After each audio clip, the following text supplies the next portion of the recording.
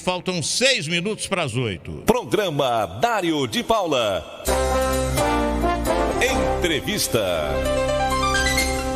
Vou dizer bom dia ao doutor Vitório Moscon Puntel, vice-presidente da Unimed de Volta Redonda, que nós temos o prazer de receber aqui no nosso programa. Bom dia, doutor. Bom dia, Dário. Uma honra estar presente aqui com vocês aqui. É uma honra receber também o doutor Vitório Moscon Puntel, uma referência como cirurgião, como é que é? Cirurgião... Torácico, isso aí. Botei a mão no peito aqui, todo mundo viu, mas a palavra não vem. Problemas da idade, viu, doutor? Sinto muito, mas lamento, como dizia a minha avó. Mas o doutor Vitório Moscon Puntel vem ao programa de hoje para falar sobre uma coisa que é de fundamental importância para a medicina no Brasil, com certeza. Nós tivemos em Volta Redonda a Sociedade Médica, não é? O Centro Médico do Hospital da Companhia Siderúrgica Nacional. Centro de Estudos, né? Centro de Estudos, exatamente. Centro de Estudos que funcionava como um centro de pesquisa. Foi referência na região. Hoje, Volta Redonda é referência em saúde para toda a região do Médio Paraíba Fluminense, nos atendimentos e tal. E a Unimed cresceu e está agora dando uma nova contribuição à ciência, com estudos para testar a eficácia e a segurança de novos medicamentos, tratamentos e produtos de saúde. Unimed Volta Redonda inaugurou recentemente um centro de pesquisa que também pretende situar a região sul-fluminense como um polo de estudo na área médica do Brasil. Antigamente era o hospital da CSN, agora é o hospital da Unimed, doutor? Então, Dário, na verdade, a Unimed, esse projeto da pesquisa clínica, ela vai até um pouco além de um centro, vai além do que é um centro de estudos, né? Vira um centro de pesquisa mesmo, centro de né? pesquisa clínica voltada para atender as demandas da indústria farmacêutica, né? Então, assim, a gente vai fazer o que se chama hoje de estudos de fase 3, né? Isso ficou muito conhecido pela população por conta da questão da Covid, né? Então, as vacinas são testadas em estudos de fase 1, fase 2, que avalia a segurança do medicamento, e estudos de fase 3, que avaliam a eficácia do medicamento. Então, a gente vai fazer parcerias com a indústria farmacêutica para que a gente possa fazer estudos de fase 3 aqui na nossa região e, com isso, contribuir para a criação de novas substâncias, novas drogas, novas vacinas com efetividade para a saúde da população. Bom, e a Unimed vai contratar a equipe ou vai usar os seus médicos? Como é que vai funcionar esse centro? Exato. Então, a gente tem uma estrutura montada junto ao anexo do Hospital da Unimed, na verdade, no prédio da sede da Unimed. É o Instituto Lobos, que é um instituto de treinamento, ensino e pesquisa. E dentro da estrutura do Instituto Lobos, a gente montou um espaço para a pesquisa clínica. Porque a pesquisa clínica não é a pesquisa de laboratório, né? É uma pesquisa feita direto com voluntários. Então, nós temos um grupo, uma equipe de médicos capacitada para fazer a pesquisa clínica. Os pacientes voluntários, eles recebem substâncias, e essas substâncias vêm da indústria farmacêutica, e a gente, então, avalia a resposta que o indivíduo tem a essa substância. A questão é a eficácia desse medicamento em termos de tratamento de determinados tipos de doença. O que seria, por exemplo, doutor? Dá um exemplo para a gente. Um paciente que tem o quê? Como é que ele funcionaria para receber medicamento? Então, o paciente que tem, por exemplo, diabetes, você está pesquisando uma nova droga. Puxa vida, pensei em mim, eu sou diabético. Pois é, então, exatamente. Existe a indústria farmacêutica que desenvolve um novo medicamento para diabetes. Então, você precisa testar a eficácia desse medicamento. Esse medicamento já foi testado a sua segurança, ou seja, não traz prejuízo para o paciente. Não tem efeito colateral. Não, efeito colateral pode ter, mas ele é controlado, então você consegue minimizar o risco da utilização dessa medicação. Então você vai fazer agora um estudo de fase 3, que é o estudo em que você, para um grupo de pacientes, você dá placebo, né, e para um outro grupo você dá o remedicamento que realmente você quer testar. Claro que esses grupos não sabem. Ninguém sabe quem é que está recebendo placebo, quem é que está recebendo medicamento. Exatamente. Nem o médico, nem o paciente sabe. O médico também não sabe. A gente chama de estudo duplo cego. Então, os institutos de pesquisa clínica fazem exatamente esse tipo de estudo. E, no final, avaliam se realmente aquela substância ela é efetiva, no caso, para o tratamento do diabetes. Tem umas coisas aí que a gente fica muito curioso em saber, não é verdade? Por exemplo, esse tipo de pesquisa os novos medicamentos podem evitar a sobrecarga de determinados órgãos, né? Tem certo tratamento que sobrecarrega o fígado, sobrecarrega o rim, não é assim?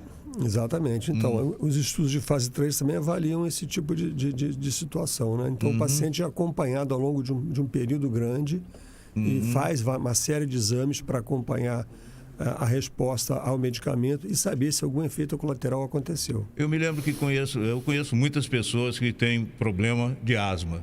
E eu me lembro que fiz uma entrevista com o Dr. Nereu aqui e perguntei para ele, tem cura? Ele falou, tem tratamento. Tem tratamento. Quer dizer, não tem cura. Exato. Ele não quis responder que não tem cura, mas ele disse, tem tratamento. Exato. Bom, agora, tem determinados medicamentos que o asmático não pode tomar porque sobrecarrega o coração. Seria esse tipo de pesquisa que vai ser feito no centro? Esse resultado também sai dessas pesquisas, né? O objetivo principal é saber se aquela determinada substância é efetiva contra uma determinada doença. E ele também avalia eventuais efeitos colaterais que possam acontecer. Né? E vai haver, então, um convênio da Unimed Volta Redonda com a indústria farmacêutica e as pessoas serão convidadas a servir para experimentação. Exato. Existe todo um regramento jurídico, legal e sanitário para realizar esse tipo de pesquisa. Então, a gente segue as regras instituídas pelo Ministério da Saúde para poder fazer pesquisa clínica em seres humanos. Né? Existe um comitê que é formado, existe um órgão federal que gerencia e que monitora esse tipo de pesquisa e a gente tem que seguir todas as regras estabelecidas pelos órgãos competentes. E para se tornar um pesquisador ou um voluntário, como é que isso vai funcionar? Então, o pesquisador, no caso, a gente está angariando colegas dentro da cooperativa, porque basicamente, para pesquisa clínica, a gente precisa de um profissional experiente. Não preciso ter um médico com titulação, tipo doutorado, mestrado, para fazer isso. Eu preciso ter um médico que tenha vivência clínica. E lá na Unimed a gente tem um grupo de médicos muito capacitado e que a gente já está convidando esses colegas para participarem das pesquisas. Então, basicamente, o pesquisador ele vai vir de dentro do quadro de cooperados da Unimed. Certo. E o paciente voluntário, esse é realmente voluntário. São pessoas que têm um problema de saúde sério e que querem contribuir de alguma forma para a solução desse problema. Então, muito como pacientes com câncer serem incluídos em pesquisas específicas para câncer e para outras doenças também. Então, mas é um processo de voluntariado. É voluntariado. Até porque o câncer, por exemplo, tem vários tipos, né? Exato. Ataca determinados órgãos e cada caso é um caso, né, doutor? Exatamente. O câncer, a gente fala em cura do câncer, mas assim, para você atingir a cura do câncer, existe um trabalho de pesquisa gigantesco feito a nível mundial, né? Para citar um exemplo da minha área, o câncer de pulmão hoje, ele tem os pacientes que tinham estágio avançado da doença tinham muito poucas opções terapêuticas. Graças à pesquisa clínica, hoje você tem uma mudança muito significativa na sobrevida mesmo dos pacientes com estágio avançado. Né? As novas drogas, os imunobiológicos, mudaram o curso da doença e melhoraram muito a perspectiva de sobrevida e de qualidade de vida desses pacientes. E a pesquisa clínica foi fundamental para isso. Eu conversei com um oncologista num evento aqui em Volta Redonda recentemente e quando eu soube que ele era oncologista, o assunto vai logo para isso. E eu, como jornalista, quero pesquisar também. Claro. Pergunta e tal. O câncer de pâncreas. Doutor, não tem cura, né? Ele disse, já curei alguns. Aí está o resultado de pesquisa também, né? Exatamente. Além do tratamento precoce, o diagnóstico precoce do câncer é fundamental para que a gente possa trazer cura para a doença. O câncer é uma doença curável dependendo do estágio em que você pega a doença. Nos estágios iniciais, o câncer ele é curável. Existem cânceres mais agressivos e outros menos agressivos, mas nos estágios iniciais ele é curável. E no caso da utilização de drogas, via pesquisa clínica, a gente, além de poder ter a possibilidade de curar alguns tipos de câncer, você tem uma melhora da qualidade de vida e da sobrevida dos pacientes que têm doença avançada. Isso também é importante. Normalmente, com o tratamento, depois de uma pesquisa apurada, a sobrevida do paciente é até certo ponto saudável, né? O ideal, Dário, é que a gente sempre tenha a qualidade de vida, né? Exato. Muito mais do que o tempo de vida, a qualidade de vida é fundamental. Então, se você faz um tratamento correto, se você faz um acompanhamento correto com o seu médico, as chances de você ter uma qualidade de vida melhor, sem dúvida, aumentam muito. Olha, e como é que esse centro de pesquisa vai contribuir para a região agora? A Unimed, por exemplo, tem várias conquistas. O centro de pesquisa é um. E outras conquistas da Unimed de Volta Redonda, o senhor podia enumerar, doutor? Então, Dário, a gente tem trabalhado ao longo desses anos todos, a Unimed como um todo, tem trabalhado para desenvolver serviços com qualidade e com diferenciação. Agora, recentemente, só para citar um exemplo, a gente inaugurou recentemente um serviço de oftalmologia no hospital, um serviço cirúrgico de oftalmologia, com equipamentos de primeira linha para poder atender a nossa clientela. Outro dado interessante, a gente agora está terminando as obras e instalação de um centro de anexo ao serviço de oncologia do hospital, que vai ter o primeiro equipamento de PET-CT da região, né? O PET-CT é uma tomografia especial que usa um marcador radioativo e que tem um emprego enorme no diagnóstico do câncer, né? E no diagnóstico precoce do câncer também. Então, hoje é uma grande ferramenta, uma grande arma na luta contra o câncer. Então, o PET-CT já está sendo instalado no Hospital da Unimed e deve iniciar os trabalhos a partir de janeiro. Quer dizer, é mais uma conquista, então, em termos de modernização do Hospital da Unimed. Sem dúvida. Esse equipamento é o primeiro PET-CT digital do interior do estado do Rio de Janeiro. Até onde eu sei, nenhuma outra cidade, nenhum outro hospital do interior do estado tem esse equipamento. E a Unimed Volta Redonda, o Hospital da Unimed, que já é referência, se torna uma referência mais firme, mais forte, né? Essa é a ideia. A ideia é que a gente possa trazer para a região equipamentos e tecnologias que você hoje só tem disponível nos grandes centros, né? Você é obrigado a se deslocar para Rio de Janeiro, São Paulo, Belo Horizonte. Ou seja, é um transtorno para a família e para o paciente ter que se deslocar para fora da cidade para se tratar. A pessoa já está num sofrimento muito grande, não está bem de saúde, aí precisa fazer um exame, eu tenho que ir a Belo Horizonte. Exatamente. Imagina uma viagem dessa. Hoje os pacientes que precisam fazer PET-CT têm que ir ao Rio de Janeiro, têm que ir a São Paulo, às vezes tem que ir a Juiz de Fora. Realmente é uma dificuldade grande, né? Outro equipamento importante para citar para você também, a gente também, a partir de fevereiro, deve iniciar o nosso trabalho com radioterapia. Nós também compramos um equipamento de radioterapia de última geração, também vai ser instalado no hospital, e esse equipamento vai permitir tratamentos diferenciados em radioterapia, que é também um tratamento muito importante, específico para câncer. Então, hoje, tratamentos de radioterapia que não são feitos na região vão passar a ser feitos. Existem algumas modalidades de tratamento radioterápico que os equipamentos da região não têm possibilidade de realizar e que esse equipamento que a gente está trazendo vai permitir isso. E a Unimed é Volta Redonda, mas ela atende a região toda, atende o estado todo, né? A região toda, e pacientes também do Brasil que tem Unimed podem ser atendidos aqui também, que a gente chama de intercâmbio nacional, né? E além disso, além de atender a Unimed, a gente atende outros convênios no hospital. Então, existe toda uma gama de clientes que podem ser atendidos. Outra coisa importante é que a gente sempre procura fazer parcerias com o sistema público de saúde, de forma a atender naquelas situações em que o serviço público não tem disponibilidade de equipamento ou de uma tecnologia na região. A gente também está aberto para esse tipo de de parceria. As prefeituras podem fazer esse convênio com a Unimed? A gente já tem alguns convênios com prefeituras e a gente pode fazer sim. A intenção é essa, é trazer para a população, de uma maneira geral, uma tecnologia que ela não encontra na região hoje.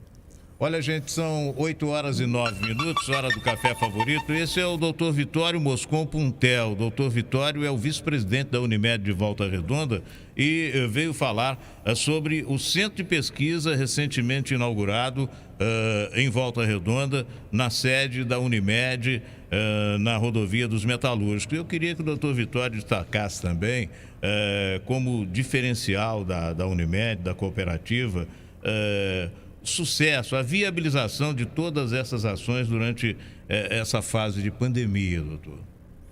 Então, Dário, a pandemia realmente foi um divisor de águas, né, para a saúde no Brasil, né? A gente foi surpreendido por um tsunami, né, que ninguém esperava, na verdade. E isso obrigou a gente a tomar atitudes bastante rápidas e efetivas para o enfrentamento da pandemia mesmo. Para você ter uma ideia, a gente já fez nesse período de um ano, desde março de 2020, quando iniciou a pandemia, mais de 40 mil atendimentos específicos de Covid, né? A gente testou mais de 10% da nossa clientela com testes para Covid. A gente conseguiu montar uma estrutura específica para atendimento de Covid e a gente conseguiu uma coisa que eu considero bastante significativo. A gente conseguiu separar os fluxos de atendimento no hospital de forma que a gente conseguiu manter o atendimento das outras doenças, né? Porque isso foi uma coisa que aconteceu no Brasil inteiro. Muitos hospitais precisaram paralisar suas atividades e dar foco apenas no atendimento do Covid. E a gente conseguiu, com a estrutura, inclusive com a inauguração da nossa torre nova, a gente conseguiu separar os fluxos e conseguimos manter o atendimento das outras especialidades, das outras doenças de uma maneira geral. Inclusive, o nosso movimento cirúrgico ele ficou parado por um período muito pequeno. A gente conseguiu manter os atendimentos cirúrgicos e, com isso, evitou que muitas doenças tivessem seu tratamento adiado, né? E fala-se muito em números de mortalidade, por exemplo, e o doutor Vitório Puntel é testemunha de que a estatística mostra que o índice de mortalidade não é tão grande, tão grave como as pessoas dizem. Segundo as estatísticas, 97% das pessoas que tiveram Covid sobreviveram. O índice é em torno de 3%, o índice de mortalidade.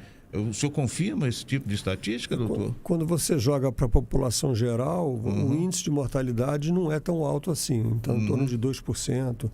Mas quando você vai naquela faixa de pacientes críticos que necessitaram de internação hospitalar ou principalmente necessitaram de terapia intensiva e de ventilação mecânica, esses índices são assustadores. Eles realmente são bastante preocupantes. Ou seja, é uma doença que, em linhas gerais, tem uma baixa mortalidade, mas no grupo específico, principalmente pacientes de faixa etária mais alta. Nesse grupo específico, pacientes com comorbidade, a mortalidade é significativa, sim.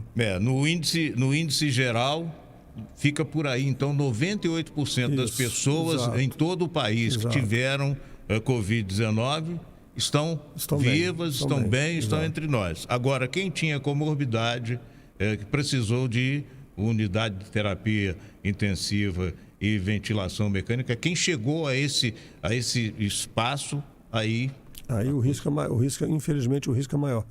A verdade também é uma coisa importante. As equipes médicas ganharam muita experiência ao longo desse período. Então, isso melhorou muito a eficiência do tratamento, mesmo nesses pacientes graves. Então, a gente observou uma melhora significativa da recuperação mesmo de pacientes graves, graças ao know-how, né?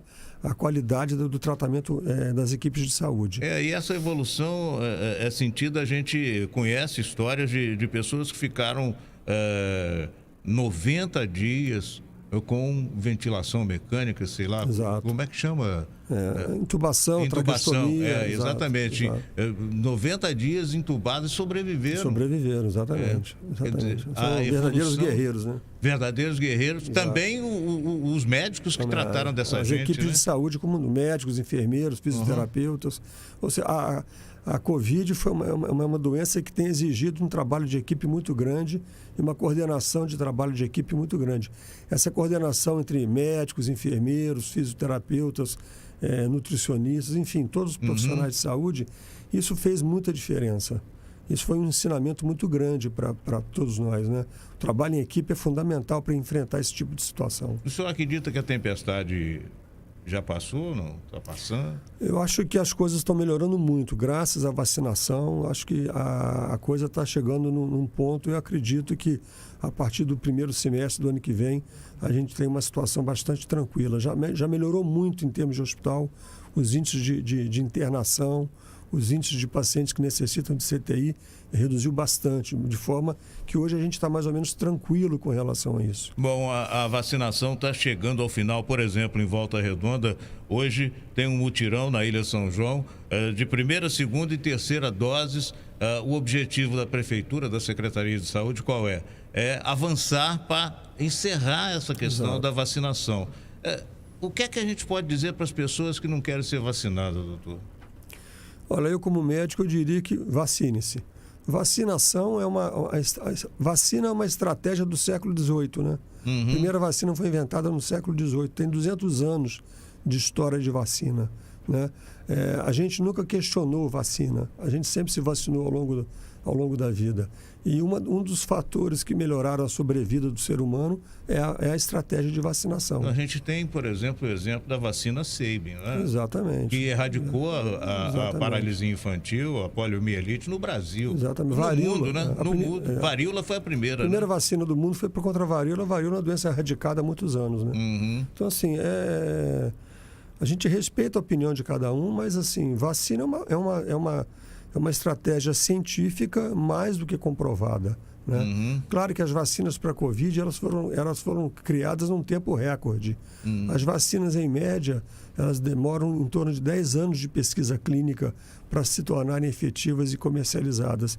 As vacinas de Covid, elas tiveram um prazo de 1 ano, porque foi uma pandemia que exigiu das indústrias uma ação muito efetiva. Isso e elas são significa também efetivas. que os pesquisadores evoluíram muito, Evoluíram muito, para exatamente. conseguir chegar a uma vacina no prazo de 1 ano. Exatamente. Conseguiram fazer testes e comprovar a segurança num período bem curto, ou seja, isso foi um avanço. Então, hoje se acredita que em condições normais a gente baixe o tempo de pesquisa de 10 para 3 a 5 anos, né? Para se conseguir um resultado efetivo em termos de vacina, né? Nós estamos no nosso Instituto de Pesquisa Clínica, nós estamos negociando também uma pesquisa clínica para vacina. As vacinas para Covid e para outras doenças vão evoluir muito ainda, né? Ainda falta evoluir. Gente, são 8h17, hora do café favorito. Doutor Vitório, está provocando interesse. As pessoas estão ligando para aqui, Nelly de Pinheiral. O marido dela pesa mais de 100 quilos, tem asma e bronquite. Ele faz uso de 4 bombinhas de Aerolim e uma de Alênia por mês. Ela está querendo saber se isso é muito arriscado para o coração dele, doutor. Olha, eu acho que o mais arriscado para o coração dele é o excesso de peso. Esse é o mais importante que ele precisaria. E tem que emagrecer, né? Tem que emagrecer, esse é o mais importante. Com relação à medicação, com certeza ele deve estar com orientação médica. Se ele está bem orientado pelo médico dele, ele pode ficar tranquilo. Olha, gente, são 8h18, hora do café favorito. Nós falamos sobre oncologia. O Zé Carlos de Pinheiral está perguntando se o tratamento oncológico poderá ser realizado por moradores de Pinheiral pelo SUS no Hospital da Unimed. Então, o nosso hospital, o atendimento ele é feito para pacientes de convênio, né? Unimed e outros convênios. A questão de fazer pelo SUS depende de uma parceria com a Prefeitura de Pinheiral. Tem? Tá? A Unimed tem parceria com o Pinheiral? A gente tem para várias prefeituras da região, a gente tem parcerias pontuais para tratamentos de acordo com a necessidade da Secretaria de Saúde. Nada impede que a Secretaria de Saúde venha conversar com a Unimed e aí a gente faça algum acordo. Isso não há problema. Não tem problema. Bom, o doutor falou sobre equipamentos novos de última geração que estão sendo adquiridos, que serão instalados em janeiro, em fevereiro, no ano que vem e tal. Tem outros planos para o futuro, doutor? A gente tem os planos para o futuro, Dário, investir muito em tecnologia, informática, para tornar cada vez mais acessível o atendimento médico. Isso é uma coisa que está no objetivo. A gente também a Unimed desenvolveu um instituto, um setor de inovação chamado Octus 2, que é voltado para a inovação na área de saúde. Então, inovação na qualidade do atendimento do cliente, inovação em solução de problemas a nível hospitalar. A gente está trabalhando com esse foco de inovação para poder melhorar a qualidade da assistência. Alguma pesquisa para o fluxo de atendimento no hospital, principalmente, ser agilizado, doutor? Isso já é uma constante, né? A gente sabe que o hospital, o atendimento de saúde, ele encontra uma série de barreiras, né? Uma série de dificuldades.